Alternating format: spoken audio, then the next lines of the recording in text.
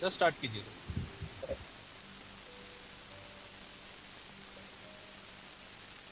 नमस्कार।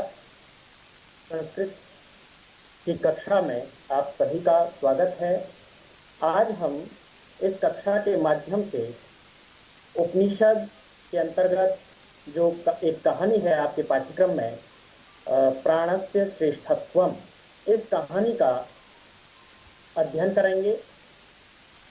लेकिन इस कहानी का अध्ययन करने से पहले हमें यह जानना आवश्यक है कि संस्कृत वाङ्मय की स्थिति किस तरह से हमें प्राप्त होती है, और उस वाङ्मय की स्थिति जो हमें भारत में हमारे संस्कृत साहित्य में प्राप्त हो रही है, वही उसी वाङ्मय से हमारी कहानी ली गई है।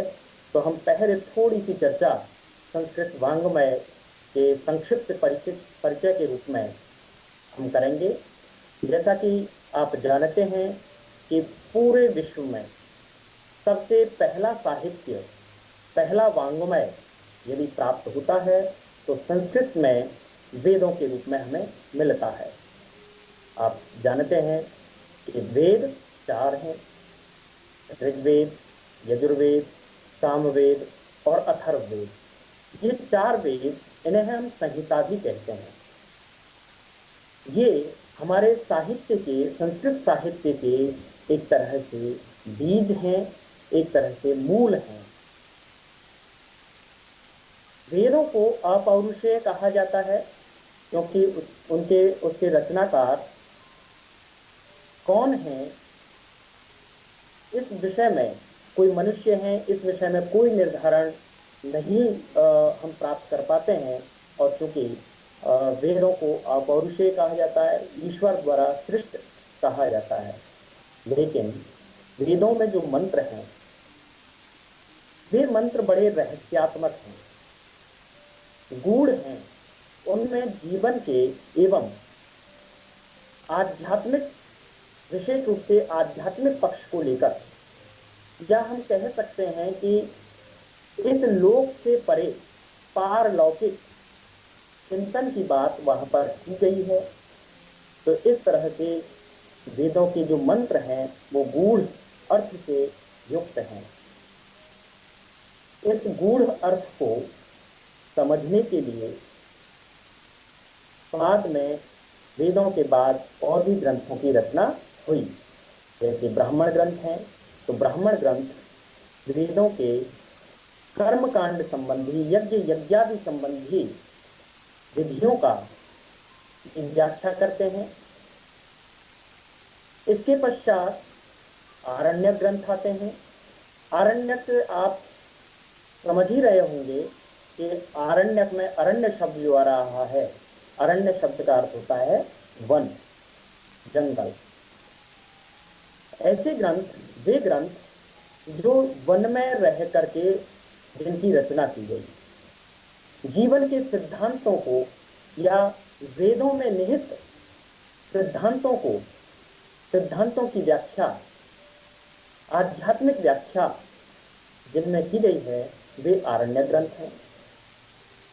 एक बात मैं यहाँ पर स्पष्ट करना चाहता हूँ कि देखिए, भारतीय संस्कृति हमारे लिए क्यों गर्व करने लायक है कि हमारा जो जीवन है, हमारी भारतीय संस्कृति के अनुसार चार आश्रमों में विभाजित है: ब्रह्मचर्य आश्रम, गृहस्थाश्रम, वानप्रस्थाश्रम, संन्यासाश्रम। तो हम देख रहे हैं कि एक जो आश्रम है, वानप्रस्थ आश्रम, जहां पर कि व्यक्ति वन में निवास करता है, वन में निवास करता है, तो वन में निवास करने का उसका एक प्रयोजन है, वह आध्यात्मिक चिंतन करता है, साधना करता है। तो ये परंपरा हमारे भारत में या संस्कृत वाङ्मय में प्रारंभ से देखने को मिल रही है। यह बात मैं इसलिए कह रहा हूं क्योंकि यदि यह आश्रम व्यवस्था ना होती तो आरण्य ग्रंथ जो जंगल में रचे गए, लिखे गए, उनकी सर्जना कैसे होती। तो हमारा तो हर एक आश्रम सर्जना करने वाला है। हर एक आश्रम में एक नवीन रचना हो रही है। आरण्यक ग्रंथों के पश्चात वेदांगों की रचना हुई, जो 6 वेदांग हैं: शिक्षा, कल्प, निरुक्त, ज्योतिष, छंद और व्याकरण। ये वेदांग भी वेदों को समझने के लिए इनकी रचना की गई। उपनिषद, इसके पश्चात उपनिषद हैं। उपनिषद क्योंकि वेदों के अंतिम भाग हैं, वेदों के अंतिम भाग होने के कारण उपनिषदों को वेदांत भी कहा जाता है।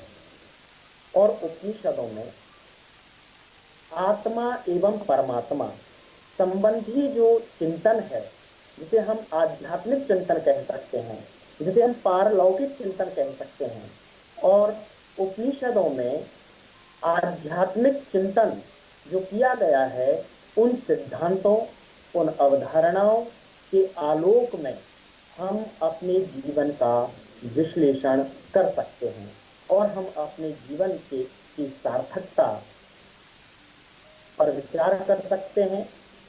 तो उपनिषद में उन गूढ़ बातों का, उन रहस्यात्मक बातों का बहुत ही सरल ढंग से उनकी व्याख्या की गई है, जिन्हें हम समझने का प्रयास करते हैं। वहां पर क्योंकि उपनिषदों की एक विशेषता है कि प्रश्नोत्तर शैली के माध्यम से, संवाद के माध्यम से, विभिन्न रोचक कथाओं के माध्यम से, रूपकों के माध्यम से जीवन के गूढ़ अवधारणाओं पर, जीवन के गूढ़ सिद्धांतों पर, गूढ़ व्यवहार पर प्रकाश डाला गया है, जो हमारे जीवन को निरंतर प्रकाशित कर रहे हैं। यही कारण है कि आज हम जो कहानी पढ़ रहे हैं वह उपनिषद से ही ली गई है। उपनिषदों की संख्या आचार्य वैसे 108 मानते हैं, लेकिन प्रमुख रूप से 10 उपनिषद के नाम आपने भी सुने होंगे, जैसे ईश, कठ, केन, प्रश्न, मुंड, मांडूक्य, तैत्तिरीय उपनिषद, ऐतरेय उपनिषद, कौशिक, छांदोग्योपनिषद इत्यादि।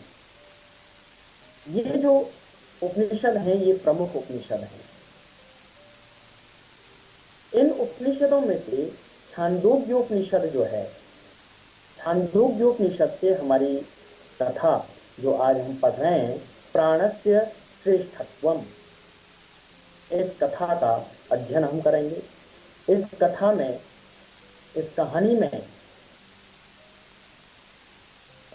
जो बताया गया है कि जो हमारी इंद्रियां हैं, हमारे शरीर के अंदर जो इंद्रियां हैं, उनमें परस्पर विवाद उत्पन्न हो जाता है। श्रेष्ठता को लेकर, अपनी अपनी श्रेष्ठता को लेकर के विवाद उत्पन्न हो जाता है, और वे अपने विवाद का निपटारा कैसे करती हैं, कैसे वह विवाद शांत होता है, क्या निष्कर्ष निकलता है उस विवाद का, और ये विवाद क्यों हुआ। इन प्रश्नों के रूप में हम इस कहानी का विश्लेषण बाद में करेंगे, लेकिन पहले आइए हम कहानी पढ़ लेते हैं। उसके पश्चात हम इस कहानी का विश्लेषण करेंगे, इस पर विचार करेंगे कि हमें क्या सीख इससे मिली।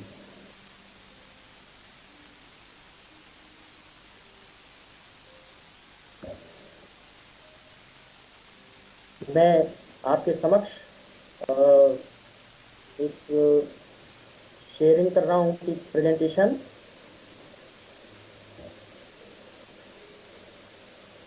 आपको प्रेजेंटेशन दिखाई दे रहा होगा। प्राणस्य श्रेष्ठत्वम, ये हमारा आज का पाठ है, जिसके विषय में हम चर्चा कर रहे हैं। प्राणों की श्रेष्ठता। इसमें हम देख रहे हैं कि ये जो हमारा शरीर है, इस शरीर के ये विभिन्न अंग हैं। श्रोत्र, नासिका, दंतः, स्कंधः, वक्षः, कफोनी, अंगुली, अंगुष्ठ, चरण, पादांगुष्ठ इत्यादि ये जो अंग हैं, ये विभिन्न कार्य संपादित करते हैं, और ये अंग अपने अपने कार्य भूमिका से हमारे शरीर का पोषण करने में सहायक हैं। और इन सभी अंगों से मिलकर के एक हमारा जो शरीर है ये बनता है, शरीर कहलाता है। इन अंगों का समन्वित रूप ही हमारा शरीर है। अब हम देख रहे हैं कि हमारे शरीर में इंद्रियां हैं। हमारा शरीर में दो प्रकार की इंद्रियां हम देख रहे हैं, एक ज्ञानेंद्रियां और एक कर्मेंद्रियां। तो जैसे चक्षु यानी नेत्र, जिह्वा, नासिका, त्वक, श्रोत्र, ये हमारी ज्ञानेंद्रियां हैं। वात, पानी, पाद, पायु, उपस्थ, ये हमारी, और मनस, ये कर्मेंद्रियां हैं। मनस जो है ये ज्ञानेंद्रिय में भी आता है और कर्मेंद्रिय के अंतर्गत भी आता है। अतः मनस उभयेंद्रिय हुआ। अब देखिए इनका विभाजन यहाँ पर किया गया है।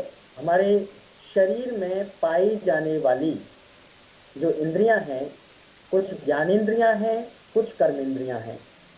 और इन इंद्रियों के माध्यम से ही हमारा लोक व्यवहार या हमारे शरीर की, हमारा जो शरीर संचरण करता है या हमारा शरीर क्रियाकलाप करता है, अपने आप को प्रकट करता है या अपनी आवश्यकताओं का निर्वहन करता है, इन इंद्रियों के माध्यम से करता है। ज्ञानेंद्रियां, क्योंकि इनका नाम ज्ञानेंद्रियां इसलिए रखा क्योंकि हमें बाह्य ज्ञान से ये अवगत कराती हैं। चक्षु, जिह्वा, चक्षु, जैसे हमें देखने के कोई भी दृश्य होता है तो उसे हम नेत्रों के माध्यम से देखते हैं। जिह्वा स्वाद का अनुभव करते हैं। नासिका सूंघने का, सूंघ करके हम ज्ञान प्राप्त करते हैं कि ये अच्छी गंध है या दुर्गंध है। त्वक, त्वचा के द्वारा हम स्पर्श करते हैं, स्पर्श करके पता लगाते हैं कोई चीज, कोई वस्तु शीतल है या उष्ण है। श्रोत्र के माध्यम से हम सुनते हैं, शब्दों को सुनते हैं, ध्वनि को सुनते हैं। तो ये बाहरी जो वातावरण है, उस बाहरी वातावरण में घटित होने वाली जो क्रियाएं हैं, उन क्रियाओं का ज्ञान हमारे शरीर को या हमारे मस्तिष्क को या हमारी बुद्धि को या मन को इन इंद्रियों के माध्यम से होता है। कुछ हमारी कर्मेंद्रियां भी हैं जो कर्म करती हैं, जैसे वात बोलने का, पानी, हाथ, पाद, पायु और उपस्थ, ये हमारे अंदर जो कर्मेंद्रियां हैं ये वायु के प्रकार हैं। पाद यानी पैर, तो ये हमारे अंदर कर्म करते हैं। तो इन कर्मों के माध्यम, जैसा ज्ञानेंद्रियां और कर्मेंद्रियां दोनों मिलकर के हमारे शरीर का निर्वाह करने में मदद करती हैं। और मन के द्वारा हम ज्ञान भी प्राप्त करते हैं और कर्म में भी मन की भूमिका होती है। तो ये इसीलिए ये उभयेंद्रियम के अंतर्गत आया।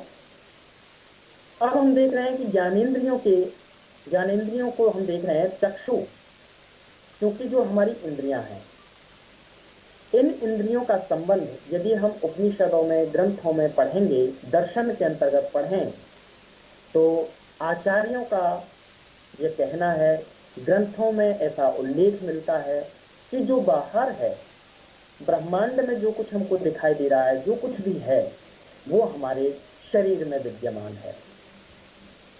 कैसे कि जो हमारी ज्ञानेंद्रियां हैं, चक्षु, जिह्वा, नासिका, त्वक, श्रोत्र, जैसे चक्षु है, चक्षु का विषय है रूप, यानी हम दृश्य जो देखते हैं, चक्षु के माध्यम से हम किसी भी दृश्य को देख पाते हैं। और चक्षु का संबंध होता है, यदि हम बाहरी ब्रह्मांड की स्थिति की बात करें, बाहरी लोक की बात करें, तो चक्षु का संबंध तेज से है, अग्नि से है या सूर्य से है। जिह्वा, हमारी जो जीभ है, इससे हम रसों का अनुभव करते हैं। लोक में पाए जाने वाले जो मधु, कटु, तिक्त, कषाय इत्यादि जो षड रस हैं, इनका आस्वादन हम जीभ से करते हैं, स्वाद चखते हैं जिह्वा के माध्यम से। लेकिन इस जिह्वा के माध्यम से चूंकि रस की प्राप्ति हमें होती है, तो रस का संबंध, ये जो रस विषय है, विद्या का, तो ये इसका संबंध किससे है? जल से है। आप जानते होंगे जल का एक पर्याय रस भी है। तो जल से, क्योंकि जो पंच महाभूत हैं, पृथ्वी, जल, तेज, वायु और आकाश, ये जो पांच महाभूत हैं, इन पांच महाभूतों से ही हमारी इंद्रियों का संबंध है। इस बात को सरलता से समझने के लिए वैसे ही समझ लेना चाहिए कि जैसे एक बड़ा जो ये मशीनें होती हैं, कि जैसे क्या है कि अलग अलग जो नेटवर्क हैं, वो अलग अलग नेटवर्क अपने अपने जो टावर के माध्यम से या किरणों के माध्यम से अपनी अपनी किरणों को प्राप्त कर लेते हैं। ठीक वैसे ही ये चक्षु, जिह्वा, नासिका, त्वक और श्रोत्र, ये अपने अपने स्रोतों से अपने अपने विषयों का ग्रहण करते हैं। जैसे नासिका है, नासिका से हम गंध का अनुभव करते हैं, और गंध का स्रोत क्या है? जहां से नासिका ग्रहण कर रही है, गंध का स्रोत है पृथ्वी। पृथ्वी का लक्षण गंधवती है। इसी तरह से त्वचा के द्वारा जो स्पर्श किया जा रहा है, इस स्पर्श की योग्यता त्वचा कहां से प्राप्त कर रही है? ये प्राप्त कर रही है वायु से। वायु महाभूत है, प्रधान स्रोत है। इसी तरह से श्रोत्र, कान, कानों के माध्यम से हम शब्दों को सुनते हैं।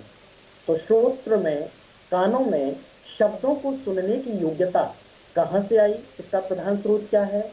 इसका प्रधान स्रोत है आकाश। आकाश का जो गुण है, आकाश का जो लक्षण है, वह शब्द है।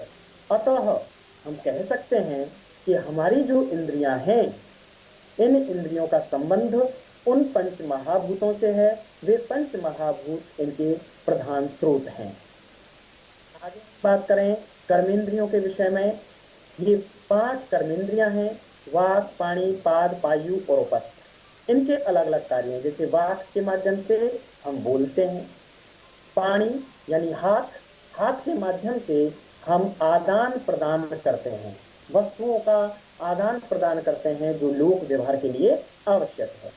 पाद, पैर, पैरों से हम चलते हैं, गति करते हैं, गमन करते हैं, यह भी बड़ा आवश्यक है हमारे शरीर के निर्वाह के लिए।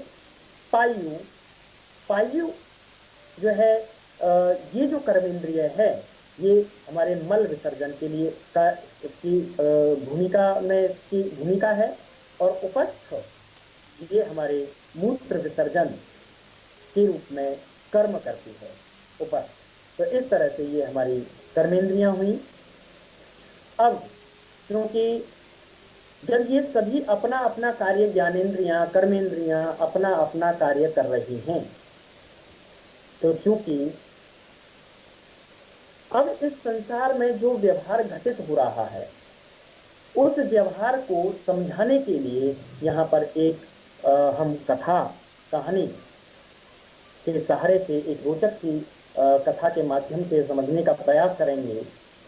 कि जैसे हम देखते हैं कि आपसी व्यवहार में, संसार में आपस में झगड़ा भी हो जाता है। एक परिवार में कई सदस्य निवास करते हैं, रहते हैं, लेकिन वे अपना अपना कार्य भी करते हैं। लेकिन एक स्थिति ऐसी आती है कि वे अपनी अपनी भूमिकाओं के आधार पर अपनी श्रेष्ठता साबित करते हैं कि मैं सबसे अधिक कार्य करता हूँ। दूसरा सदस्य कहता है कि मैं सबसे अधिक कार्य करता हूँ, तीसरा भी ऐसे ही कहता है, और आपस में विवाद होने लगता है कि हम सब में कौन श्रेष्ठ है, कौन महत्वपूर्ण है। तो ये विवाद, ये सामान्य रूप से हम समाज में, लोक में, परिवार में हमें देखने को मिलता है यत्र तत्र।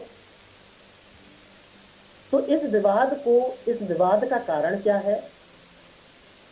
इस विवाद को हम कैसे इसको शांत किया जा सकता है?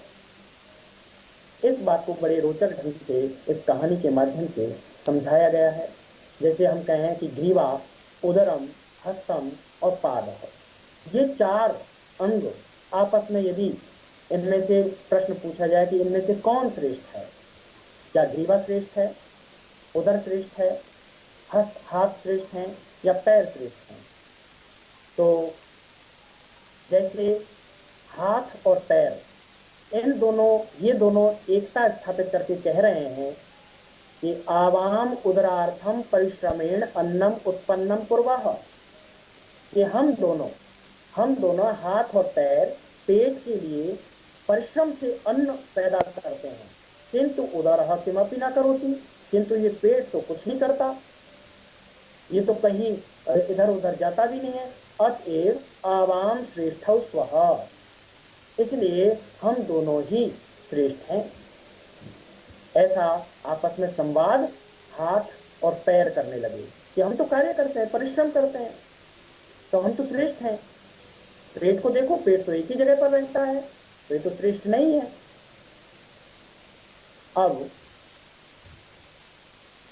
अहम अन्नम दंतै चर्वित्वा सुपाच्यम करोमि अतः अहम श्रेष्ठम अस्मि।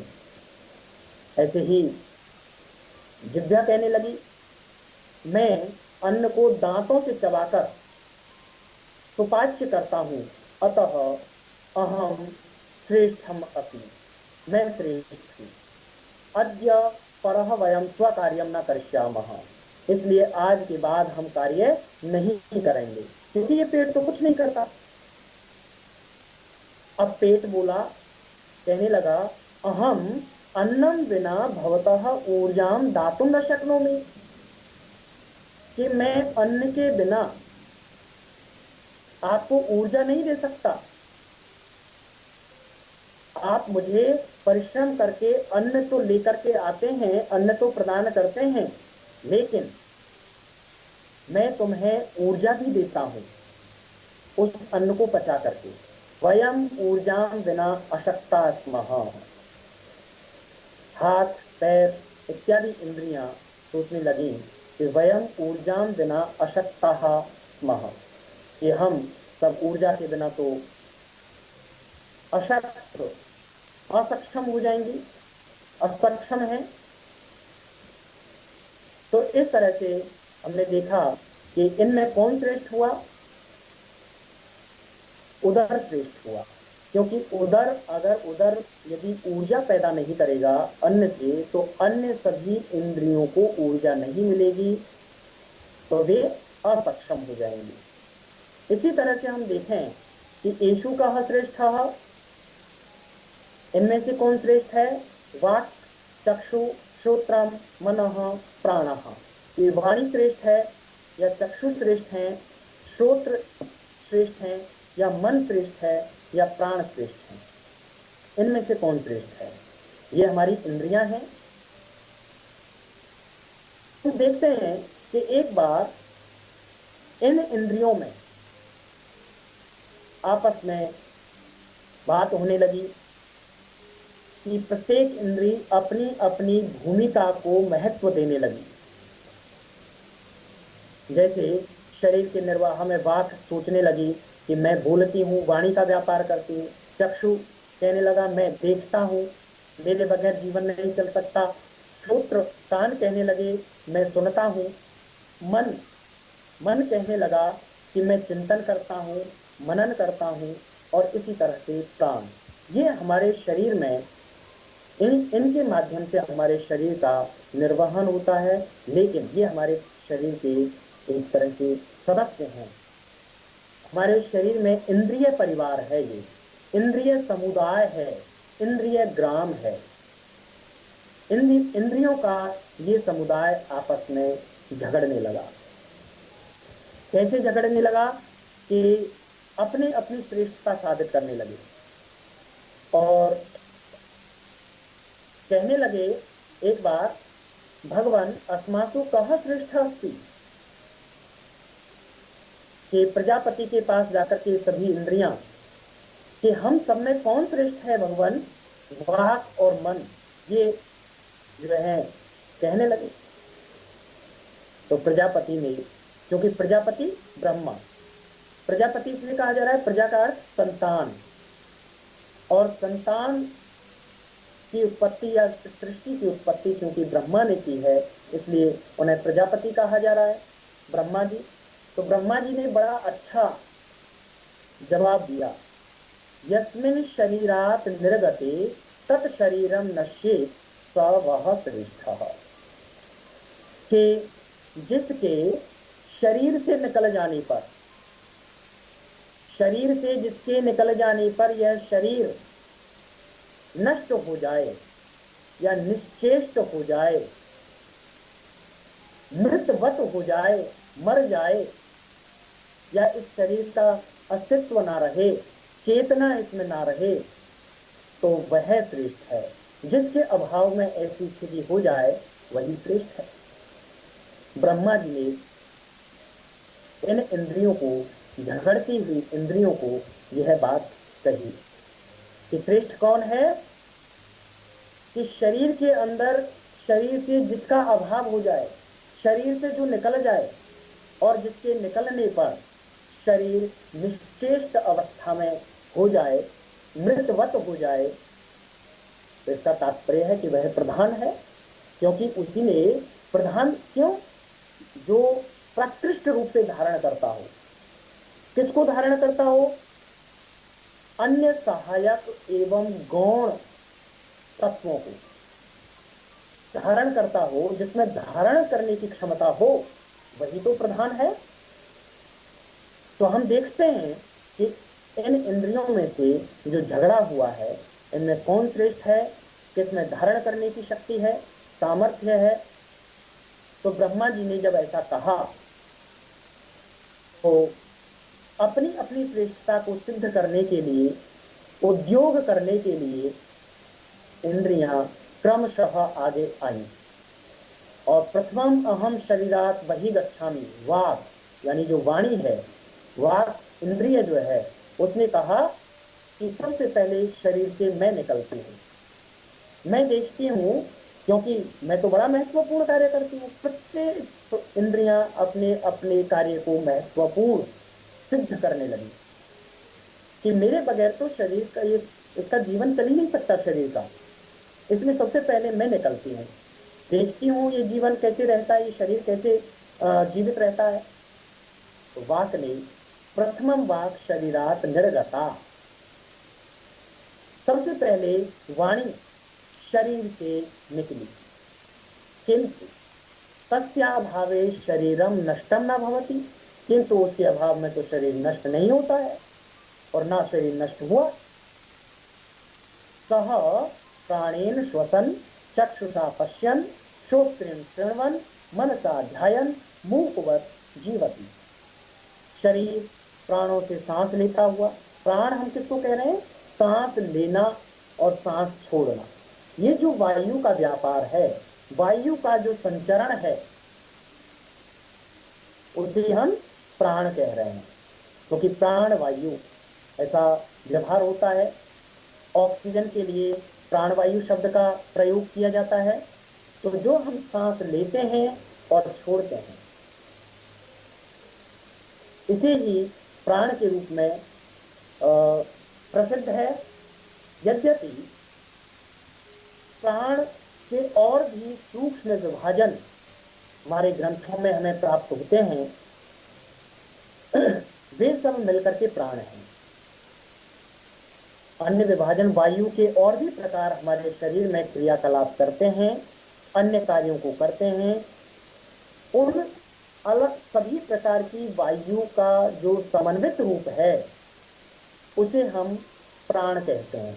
यही कारण है कि प्राण शब्द में, प्राण शब्द बहुवचन में प्रयोग होता है।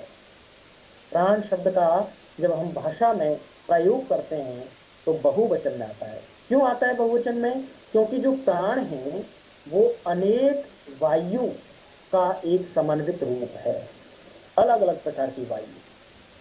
सह प्राणेन श्वसन, वह शरीर प्राणों से प्रणन करता हुआ, सांस लेता हुआ, चक्षुषा पश्यन, आंखों से देखता हुआ, श्रोत्रेण शृण्वन्, और नेत्रों और कानों से सुनता हुआ, मनसा ध्यायन्, मन से ध्यान करता हुआ, मूकवत जीवति, गूंगे व्यक्ति की तरह जीता है।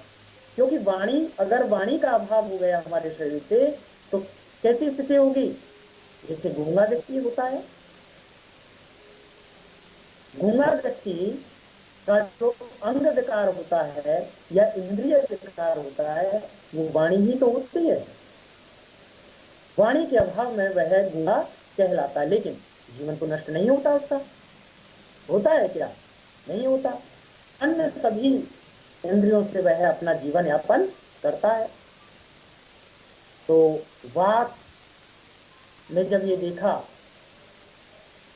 कि शरीर तो जीवित है मेरे बिना भी, मैं बहुत समय तक बाहर रही शरीर से, उसके बाद भी ये शरीर जीवित है, अतएव शरीरे प्रादिशत, और ऐसा वह देख करके उसने शरीर में प्रवेश किया फिर से, क्योंकि शरीर पर कोई विशेष प्रभाव नहीं पड़ा उसके अभाव में।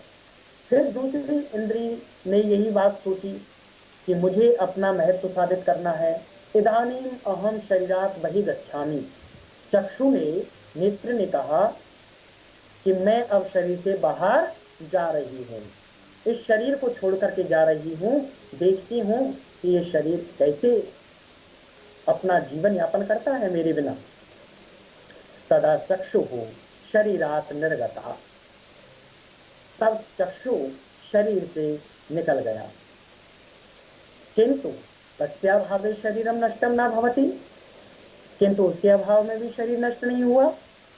सह प्राणेन श्वसन वाचा वदन श्रोत्रेण शृण्वन् मनसा ध्यायन् अंधवत जीवति। चक्षु के बिना वह कैसे जीवित रहा शरीर?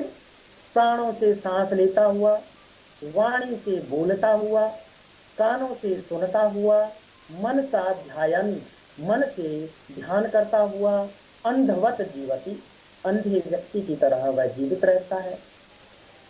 क्योंकि हम संसार में देखते हैं कि अंधे व्यक्ति भी जीवित रहते हैं, पूरा जीवन यापन करते हैं, लंबे समय तक जीते हैं, केवल उनके पास नेत्रों का अभाव रहता है, केवल वे दृश्यों को देख नहीं सकते। अंधे लोग भी तो जीवन यापन करते हैं। फिर चक्षु ने बहुत लंबे समय तक, 1 वर्ष तक बाहर रही, और 1 वर्ष बाद लौट करके उन इंद्रियों से वापस आकर के पूछा कि तुम कैसे जीवित रही? तो इंद्रियों ने जवाब दे ही दिया कि हम प्राणों से सांस लेते रहे, वाणी से बोलते रहे, कानों से सुन करके और मन से ध्यान करके अंधे व्यक्ति की भांति जीवित रहे, जैसे संसार में अंधा व्यक्ति जीवित रहता है। तो चक्षु को अनुभव हुआ कि मेरे बगैर ये शरीर जीवित रह सकता है, अन्य इंद्रियां कार्य करती हैं, इसलिए अब मुझे अपने महत्व को सिद्ध करने के लिए अब मेरे पास कुछ नहीं बचा है, अतः मुझे शरीर में प्रवेश करना चाहिए। और वह शरीर में उसने प्रवेश किया। यहां आप देख रहे हैं कि मनसा ध्यान, मन का जो व्यापार है, मन का जो कार्य है, वह होता है मनन करना, चिंतन करना, सोचना। इसीलिए मनन करने की क्षमता होने के कारण मनुष्य मनुष्य कहलाता है, मननशील प्राणी। मनुष्य का नाम मनुष्य क्यों है? क्योंकि वह मननशील है, वह मनन करता है, चिंतन करता है, मन से मनन करता है। तो मनन करने के कारण ही वह मनुष्य कहलाता है। इसके पश्चात श्रोत्र, कानों की बारी आई। कानों ने कहा कि मैं तो सुनता हूं, जो भी आवाज, थोड़ी सी भी आवाज इधर उधर होती है, कोई भी खतरे की आवाज होती है, अच्छी आवाज होती है, उसको मैं सूचना देता हूं अंदर। तो शरीर का निर्वाह मेरे बगैर कैसे हो पाएगा? खतरनाक ध्वनियों से मैं सचेत करता हूं शरीर को, अच्छी ध्वनियों के प्रति उन्मुख करता हूं, तो मेरा तो बड़ा महत्व है। कान को इस बात पर, अपने इस कार्य पर अहंकार हो गया और अपनी श्रेष्ठता सिद्ध करने लगा। अन्य इंद्रियों के सामने कहने लगा कि मैं श्रेष्ठ हूं, ऐसा तुम मानो मुझे। लेकिन ब्रह्मा जी के नियमानुसार ब्रह्मा जी ने कहा कि जिसके शरीर से निकल जाने पर शरीर निश्चेष्ट हो जाए वही श्रेष्ठ है। तो आप परीक्षण कर लो अपना अपना। तो इस समय परीक्षण की स्थिति चल रही है, सारी इंद्रियां अपने अपने महत्व को प्रदर्शित करने के लिए परीक्षण कर रही हैं। तदा श्रोत्रम शरीरात निर्गता, तब प्राण शरीर से निकल गए। किंतु तस्याभावे शरीरम नष्टम न भवति। किंतु अभी भी शरीर नष्ट नहीं हुआ।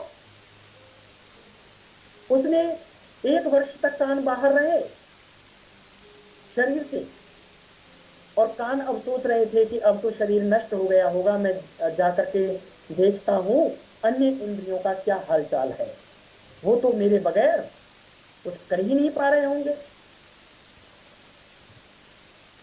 तो 1 वर्ष के बाद जब कान श्रोत्र लौट कर आए और उन्होंने पूछा कि आप कैसे जीवित रहे, तो इंद्रियां, अन्य इंद्रियां बोली, स प्राणेन श्वसन वाचा वदन चक्षुषा पश्यन मनसा ध्यायन बधिरवत जीवति, कि वह शरीर अन्य इंद्रियों की सहायता से श्रोत्र को छोड़ करके प्राणों से श्वास लेता हुआ, वाणी से बोलता हुआ, आंखों से देखता हुआ, मन से ध्यान करता हुआ बधिरवत जीवती, जैसे एक बहरा व्यक्ति अपना जीवन जीता है वैसे जीवन शरीर जी रहा है, अन्य इंद्रियां जी रही हैं शरीर का आश्रय लेकर के। तो श्रोत्र को लगा कि बस इतनी सी हानि हुई मेरे चले जाने से, केवल आप बहरे ही बने बस। मैं तो सोच रहा था कि इस शरीर को चलाने में केवल मेरी ही एक भूमिका है मात्र, आप तो केवल उतना महत्व आप लोग आपका नहीं है। लेकिन जब उसने देखा श्रोत्र ने कि कान के अभाव में शरीर को बहुत बड़ा क्षति नहीं हुई है, बहुत बड़ी क्षति नहीं हुई है, तो श्रोत्र अब समझ गए कि मेरी भूमिका कितनी है, और श्रोत्र ने पुनः अपने आश्रय यानी शरीर में प्रवेश किया। इसके पश्चात मन क्या करता है? मन सोचता है, चिंतन करता है, ध्यान करता है। तो मन को भी अपने ऊपर अहंकार हो गया कि मैं श्रेष्ठ हूं, ध्यान करता हूं, चिंतन करता हूं। तो इदानीम अहम शरीरात बहि गच्छामि, मन ने कहा अन्य इंद्रियों से कि मैं इस शरीर से बाहर जा रहा हूं और मेरे बगैर ये शरीर जीवित नहीं रहेगा। तदा मनः शरीरात निर्गता, मन शरीर से निकल गया। किंतु तस्याभावे शरीरम नष्टम न भवति, किंतु फिर भी शरीर नष्ट नहीं हुआ। उसने पूछा 1 वर्ष तक बाहर रहने के बाद कि आप कैसे जीवित रहे? तो अन्य इंद्रियों ने कहा सह प्राणेन श्वसन वाचा वदन चक्षुषा पश्यन श्रोत्रेण शृण्वन मनसा विनापि बालाह इव जीवति, कि जैसे हम प्राणों से सांस लेते हुए, वाणी से बोलते हुए, आंखों से देखते हुए, श्रोत्रेण कानों से सुनते हुए, मन के बिना भी हम बालाहा एव जीवती, एक बच्चे के समान, एक बालक के समान जीवित रहे। क्यों? क्या बालक में मन का अभाव होता है? हाँ, क्योंकि बालक जब छोटा होता है तो उसका मन विकसित नहीं होता, उसमें चिंतन की क्षमता नहीं होती, उसमें ध्यान करने की क्षमता नहीं होती, उसका मन धीरे धीरे धीरे धीरे विकसित होता है, उसमें ध्यान करने की, चिंतन करने की क्षमता नहीं होती है बालक में। इसीलिए तो वह निश्चिंत रहता है, बालक को कोई किसी प्रकार की चिंता नहीं होती है। यही तो कारण है कि बालक बड़े व्यक्तियों की भांति सोच नहीं सकता, क्योंकि चिंतन नहीं कर सकता, क्योंकि मन अभी उसका विकासशील है, विकास की अवस्था में है। तो मन के बिना शरीर कैसे जीवित रहा, इंद्रियां कैसे जीवित रही, कि जैसे एक बालक जीवित रहता है। बालक भी तो मन के बगैर जीवित रहता है, आनंद में रहता है। तो इंद्रियों ने जब ऐसा बोला तो मन को लगा कि मैं तो भ्रम में था, मैं तो सोच रहा था शरीर का निर्वाह मुझसे ही होता है और किसी से नहीं होता। तो मन को भी अब अपनी बात समझ में आ गई और उसने शरीर में प्रवेश किया, फिर से शरीर में, पुनः शरीर में लौट आया। अब इसके पश्चात बारी आई प्राणों की। प्राणों ने कहा कि यदा प्राणः निर्गन्तुम प्रारभन्त तदा, कि पहले प्राणों ने कहा कि अब मैं शरीर से बाहर निकल रहा हूं, हम बाहर निकलते हैं। वही गच्छामः, बहुवचन का प्रयोग है। बहुवचन का प्रयोग क्यों है? क्योंकि प्राण हमारे शरीर में पाई जाने वाली जो वायु हैं उनका एक समन्वित रूप है, इसलिए प्राण बहुवचन में प्रयोग हो रहा है। जैसे ही प्राणों ने वही निर्गंतुम प्रारभंत तदा, जैसे ही बाहर निकलने का प्रयास किया प्राणों ने, तो वाक मन इत्यादि जो इंद्रियां हैं, चक्षु श्रोत्र, ये सभी इंद्रियां कहने लगी वयम पीड़ाम अनुभवामः, वयम पीड़ाम अनुभवामः, भगवान मां गच्छ त्वमेव अस्मासु श्रेष्ठः, कि हे भगवान हम इस समय पीड़ा का अनुभव कर रहे हैं, आप बाहर निकलने का प्रयास कर रहे हैं जबकि निकले नहीं है, लेकिन आपके प्रयास करने मात्र से ही हम पीड़ा का अनुभव कर रहे हैं। मां गच्छ, आप शरीर को छोड़ करके मत जाइए। त्वमेव अस्मासु श्रेष्ठः, हम मानते हैं कि तुम ही हम सब में श्रेष्ठ हो। इस तरह से अन्य सभी इंद्रियों को प्राणों की भूमिका की श्रेष्ठता का बोध हुआ कि प्राणों के बगैर ये शरीर का निर्वाह नहीं हो सकता। जैसा कि प्रजापति ने कहा कि जिसके निकल जाने पर शरीर निश्चेष्ट हो जाता है वही श्रेष्ठ है। तो हमने देखा बारी बारी से प्रत्येक इंद्री ने उद्योग किया, बाहर रही, बहुत लंबे समय तक बाहर रही, लेकिन उसके पश्चात भी ये जो जीवन है, ये जो शरीर है, अन्य इंद्रियों का अस्तित्व बना रहा। लेकिन प्राणों के निकलते ही अन्य इंद्रियां सूखने लगी, अन्य इंद्रियां निश्चेष्ट होने लगी, अन्य इंद्रियां असक्षम होने लगी।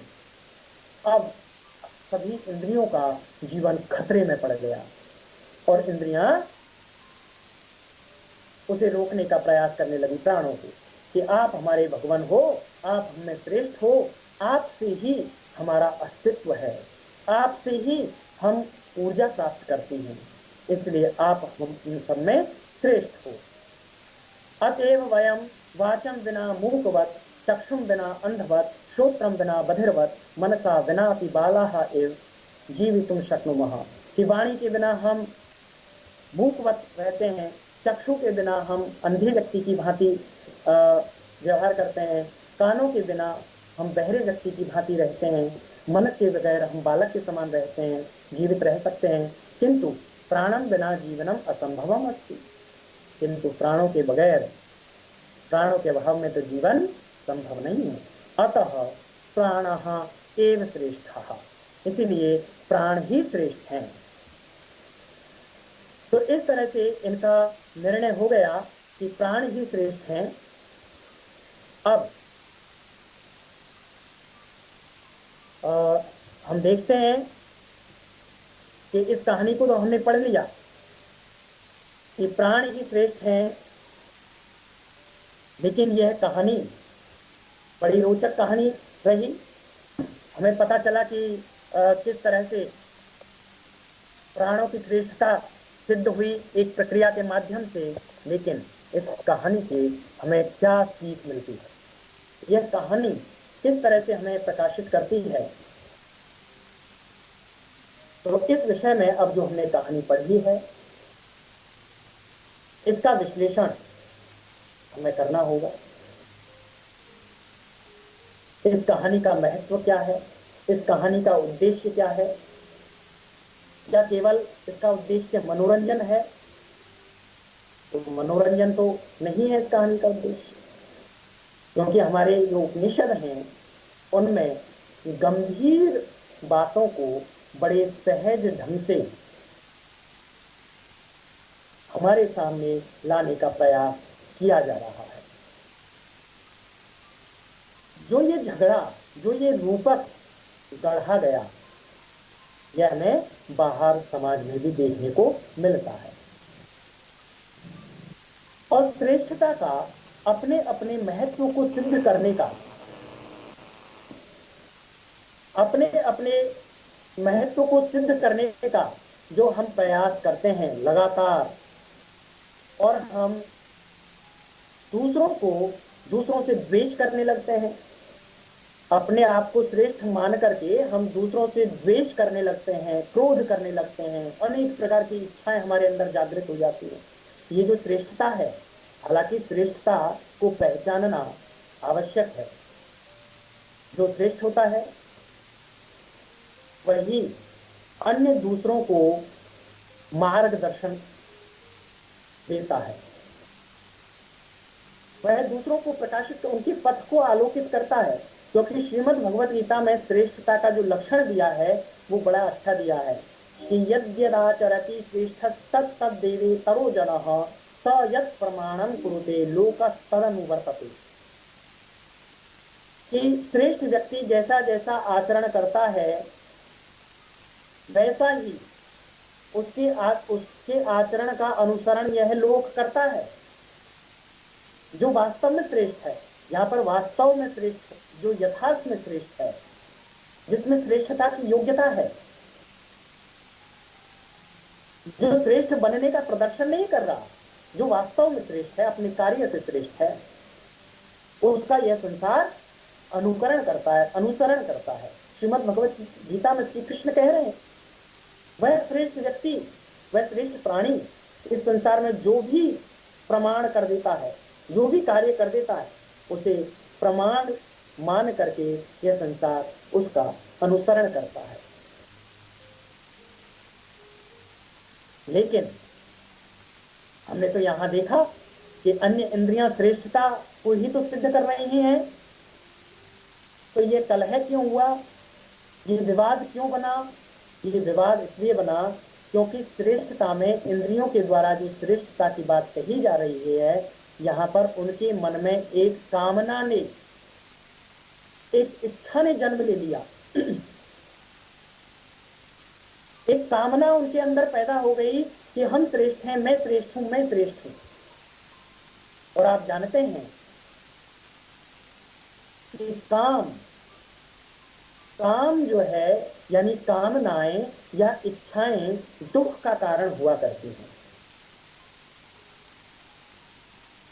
क्यों होती हैं? इसका बड़ा अच्छा विश्लेषण हमें श्रीमद् भगवत गीता में प्राप्त होता है कि सारे कष्टों का कारण काम है। सारे कष्टों का कारण आप हमारे मन में पैदा होने वाली अनियंत्रित और बहुत मात्रा में पैदा होने वाली जो इच्छाएं हैं, वे दुख का कारण है। क्यों है? कहते हैं कि सबसे पहले अगर आप दुखी हैं तो निश्चित रूप से उसके मूल में कोई काम रहा है, उसके मूल में कोई इच्छा रही है बीज के रूप में, और वह इच्छा रूपी बीज अब वृक्ष बन गया है, विषैला वृक्ष बन गया है। तो यहाँ पर क्या काम था, क्या इच्छा थी? यहाँ पर इच्छा थी कि इंद्रियां श्रेष्ठ बनने की कामना कर रही थी, ये इच्छा थी। और जब कामना पैदा हो जाती है तो क्रोध पैदा होता है। श्रीमद् भगवत गीता में श्री कृष्ण कह रहे हैं ध्यायतो विषयान पुंसः संगस्तेषुपजायते संगात संजायते कामः कामात् क्रोधो विजायते क्रोधात् भवति सम्मोहः सम्मोहात् स्मृति विभ्रमः स्मृति भ्रंशात् बुद्धिनाशो बुद्धिनाशात् प्रणश्यति।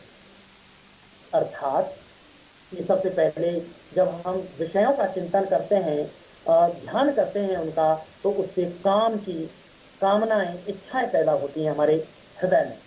और जब इच्छाएं पैदा हो जाती हैं तो इच्छाएं जब पूरी नहीं होती हैं तो उन इच्छाओं से क्रोध पैदा होता है, द्वेष पैदा होता है, ईर्ष्या पैदा होती है। और जब हमारे मन में क्रोध पैदा होता है तो मोह यानी जड़ता आ जाती है, और जड़ता से हमारी जो स्मृति है, सोचने की, जो याद करने की जो हमारी शक्ति है, वह जड़वत हो जाती है। और जैसे ही हमारी स्मृति नष्ट हो जाती है तो हमारी बुद्धि का विनाश हो जाता है। तो इस तरह से शनै शनै व्यक्ति का एक स्तर के बाद दूसरा स्तर, एक स्तर से दूसरा स्तर, तीसरा स्तर, इस तरह से वह प्रभावित होता जाता है। तो हम देख रहे हैं कि जिस तरह से अ, व्यक्ति का विनाश हुआ, बुद्धि का नाश होने से व्यक्ति का विनाश हुआ, तो हम इसके जब जड़ की बात करें कि मूल में क्या था, तो हम पाएंगे कि मूल में था काम, इच्छा। उसने सब ये विषैला वृक्ष पैदा किया। यही कारण है कि इंद्रियां इंद्रियों के मन में श्रेष्ठता का भाव आने लगा और इंद्रियां द्वेष करने लगी एक दूसरे से, एक दूसरे के समक्ष श्रेष्ठता साबित करने लगी। ये अहंकार है। अपने आप पर, अपने कार्य पर अहंकार करने लगी कि मेरे बगैर काम चल ही नहीं सकता। तो उस अहंकार को हमने देख लिया कि उसका परिणाम क्या रहा। तो इस तरह से हम पाते हैं कि लोक में जो आपस में जो ईर्ष्या, द्वेष, क्रोध इत्यादि की जो स्थिति मानव व्यवहार में हमें देखने को मिलती है, ये हमारे जीवन की बड़ी बाधा है। हम बहुत लंबा समय अपने जीवन का इसी प्रकार की बेकार की बातों में लगा देते हैं, अपने आप को जाल में फंसाते जाते हैं।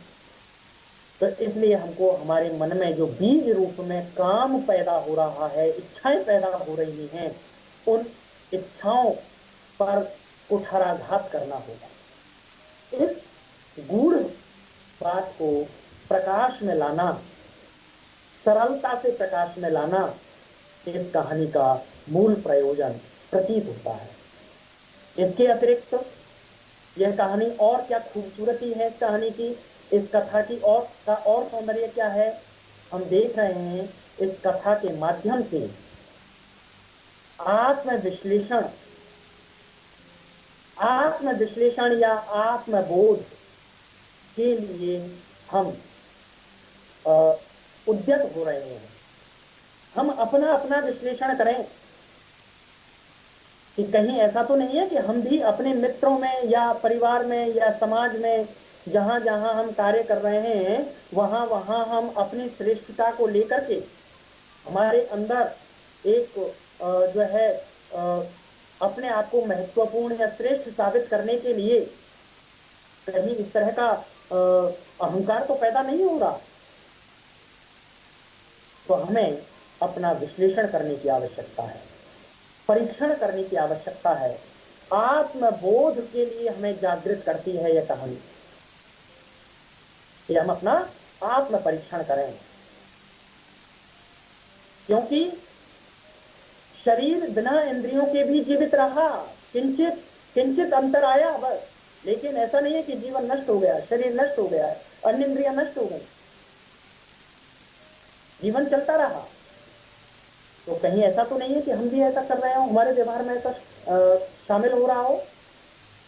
तो ये हमें आत्म परीक्षण के लिए प्रेरित करती है कहानी। इसके अतिरिक्त और क्या सौंदर्य इस कहानी का है? इस कहानी का सौंदर्य है कि यहाँ की न्याय प्रक्रिया को आप देखें। इस कहानी में जो न्याय प्रक्रिया का प्रयोग किया गया है, तार्किकता का प्रयोग किया गया है, कि ब्रह्मा जी ने किस तरह से एक बहुत ही सरल सिद्धांत के द्वारा इंद्रियों में होने वाले कलह को एक शांत स्थिति में, एक समझौते की स्थिति में पहुंचा दिया। बारी बारी से प्रत्येक इंद्री ने ब्रह्मा जी के कथनानुसार, ब्रह्मा जी के कथन की परीक्षा करने के लिए शरीर को छोड़ दिया और उसका परीक्षण किया। और हमने देखा कि प्रत्येक इंद्री ने एक विशेष उद्योग किया, अपने आप से शरीर को दूर किया और परीक्षण किया कि मेरे बगैर कैसे हो सकता है ये इसका निर्वाह। तो हम देख रहे हैं कि किस तरह से प्राणों को श्रेष्ठ बताने के लिए प्रजापति ने एक तार्किक पद्धति, न्याय प्रक्रिया, एक विश्लेषण करने की प्रक्रिया को इस कहानी में अपनाया है। हम भी किसी भी न्याय को प्रमादवश ऐसा तो नहीं है कहीं कि हम अपनी धारणा आरोपित कर देते हों और मान लें कि यही न्याय है। ब्रह्मा जी अगर चाहते तो ऐसा कह सकते थे कि वे आदेश दे सकते थे कि आपस में आप लोग, आप इंद्रियों को झगड़ा करने की आवश्यकता नहीं है, केवल मैंने कह दिया कि प्राण श्रेष्ठ हैं, ऐसा मान लो। ऐसा ब्रह्मा जी कह सकते थे, लेकिन नहीं कहा। क्यों नहीं कहा? क्योंकि ऐसा कहने पर जो इंद्रियों में प्रजातांत्रिक वातावरण है, लोकतांत्रिक वातावरण है, वह खत्म हो जाता, क्योंकि उनको संतुष्टि नहीं मिलती अन्य इंद्रियों को। अन्य इंद्रियां ब्रह्मा जी पर आरोप लगा सकती थी कि ये तो प्राणों के प्रति पक्षपात किया है ब्रह्मा जी ने। ठीक वैसे ही जब हमें यह अधिकार मिले कि हमें कोई न्याय करना हो, तो हम अपने उस अधिकार का दुरुपयोग ना करें। हम इस तरह की प्रक्रिया को अपनाएं न्याय के लिए कि जिससे कि जो हमारे सामने समस्या लेकर के आए हैं वे भी संतुष्ट हों और एक वास्तव में एक न्याय हो सके। यह कथा हमें एक न्याय की पद्धति देती है, क्योंकि अन्य इंद्रियों को ब्रह्मा जी में विश्वास है, श्रद्धा है, तभी तो ब्रह्मा जी के पास श्रद्धा पूर्वक वे न्याय के लिए गई हैं। अगर ब्रह्मा जी उनकी बात ना सुनते और सीधा कह देते कि प्राण श्रेष्ठ हैं, तो सोचिए उन इंद्रियों में ब्रह्मा जी के प्रति जो श्रद्धा है, उस श्रद्धा का क्या होता। इसलिए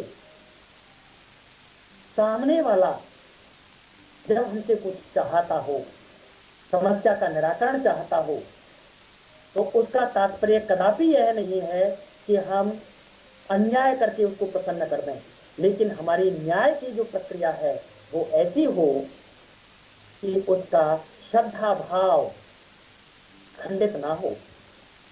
क्योंकि ब्रह्मा जी के इस प्रकार के न्याय से निश्चित रूप से इंद्रियों में ब्रह्मा जी के प्रति श्रद्धा भाव खंडित नहीं हुआ होगा। तो ये कहानी, ये कथा हमारे लोक व्यवहार में, हमारे मानव व्यवहार में आने वाली बहुत सूक्ष्म सर 1 सूक्ष्म मिनट रिमेनिंग। स्थितियों को बहुत ही सुंदरता के साथ हमारे समक्ष प्रस्तुत करती है। तो इस तरह से आज हमने इस कहानी के माध्यम से बहुत ही महत्वपूर्ण जीवन सिद्धांत को, व्यवहार को समझने का प्रयास किया। आपको यह कहानी और यह कहानी का विश्लेषण समझ में आया होगा, ऐसी आपसे उम्मीद की जाती है, आशा की जाती है। और